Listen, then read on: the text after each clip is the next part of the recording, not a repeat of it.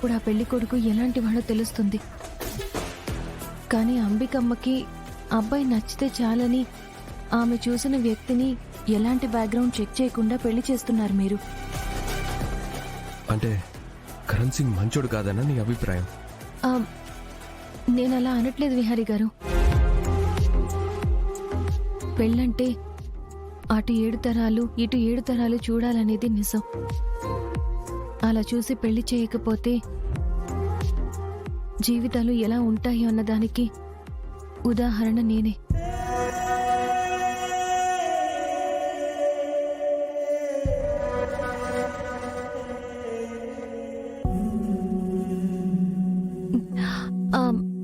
అలా అని మీరు మంచివాళ్ళు కాదని నా ఉద్దేశం కాదు విహారీ గారు.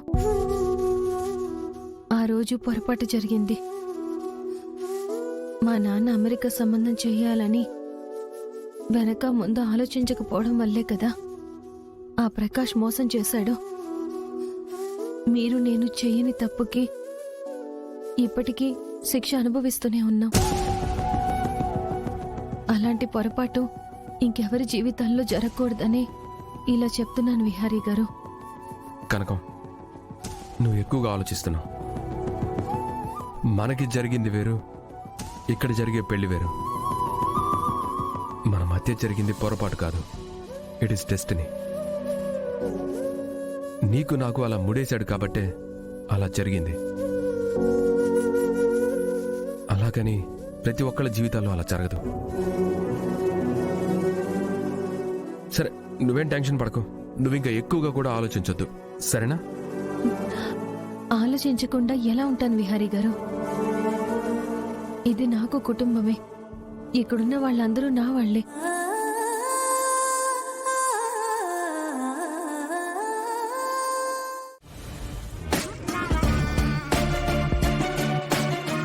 అమ్మా, ఏంటే? ఆ ఐవీఎఫ్ డాక్టర్తో మాట్లాడతానన్నావు కదా, మాట్లాడావా?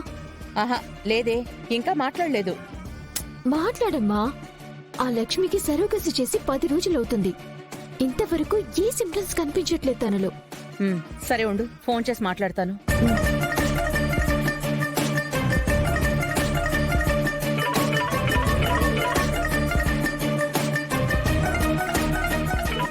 హలో పద్మాక్షి గారు, చెప్పండి.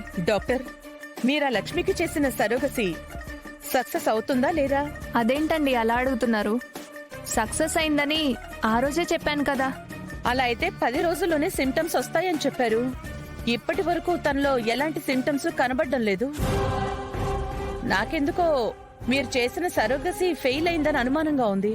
పద్మాక్షి గారు, ఆ సరోగసి చేసింది నెంబర్ 1 డాక్టర్ గారు. ఫెయిల్ అయ్యే సమస్యే లేదండి.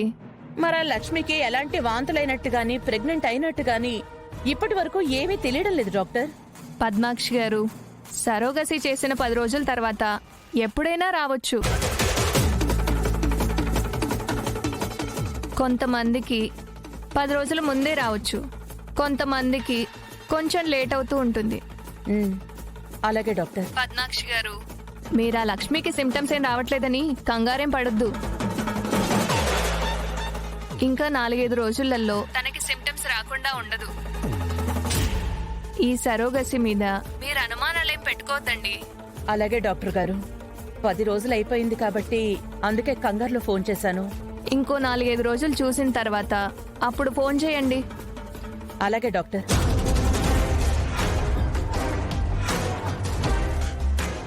సహస్రా, ఇంకో 4-5 రోజులు వెయిట్ చేయాలి. ఏవో సిమ్టమ్స్ వస్తాయంటోంది కదా, చూద్దాం. సరే అమ్మా. అమ్మా, నీకొక విషయం చెప్పాలి. ఏంటి అది? నువ్వు నిన్న బావా అత్తయ్య మొబైల్ ని తన ఫ్రెండ్కిచ్చి అందులోని డేటా ముఖ్యమంటే నన్ను తిట్టావు కదా. అవును, వాళ్ళ విషయాల్లో తల దూర్చొద్దు అంటే నువ్వు వినవు కదా. అమ్మా, ఈ రోజు ఏం జరిగిందో తెలుసా? ఏం జరిగిందే?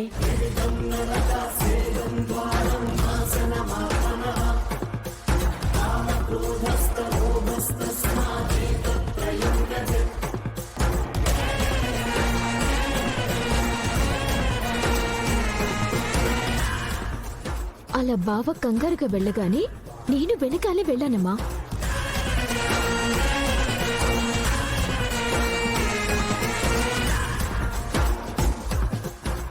దానిలో ఉన్న డేటా నాకు చాలా ఇంపార్టెంట్.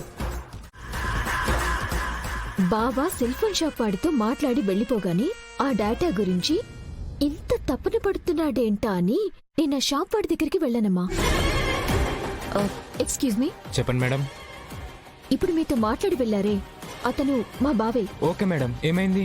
ఆ, ఇప్పుడు మీరు డేటా అరేస్ గురించి మాట్లాడారు కదా, అవును మేడం. అసలు ఆ డేటా ఏంటి? ఏమో మేడం, మొబైల్ ఆన్ అయితేనే కదా ఆ డేటా ఏంటో తెలిసేది. మొబైల్ రిపేర్ అవ్వడానికి 2 days టైం పడుతుంది. దానికోసమే కాల్ కూడా చేశాం, డేటా ఎరేస్ చేయాలా వద్దా అని. ఇప్పుడే సార్ వచ్చి ఎరేస్ చేయకుండా రిపేర్ చేయండి అన్నారు. ఆ, సరే అలాగే చేయండి, కానీ ఆ మొబైల్ రిపేర్ అవ్వగానే ఆ డేటాని మా బావ కంటే ముందు నేనే చూడాలి. అంటే మేడం, ఇదిగో ఈ డబ్బులుంచు. ఆ, అలాగే మేడం. మొబైల్ రిపేర్ అవ్వగానే ఫస్ట్ మీకే కాల్ చేస్తాను. ఆ, అలాగే నీ ఫోన్ కోసమే నేను వెయిట్ చేస్తూ ఉంటాను. నా మొబైల్ నెంబర్ చెప్తాను, నోట్ చేసుకో. Okay madam.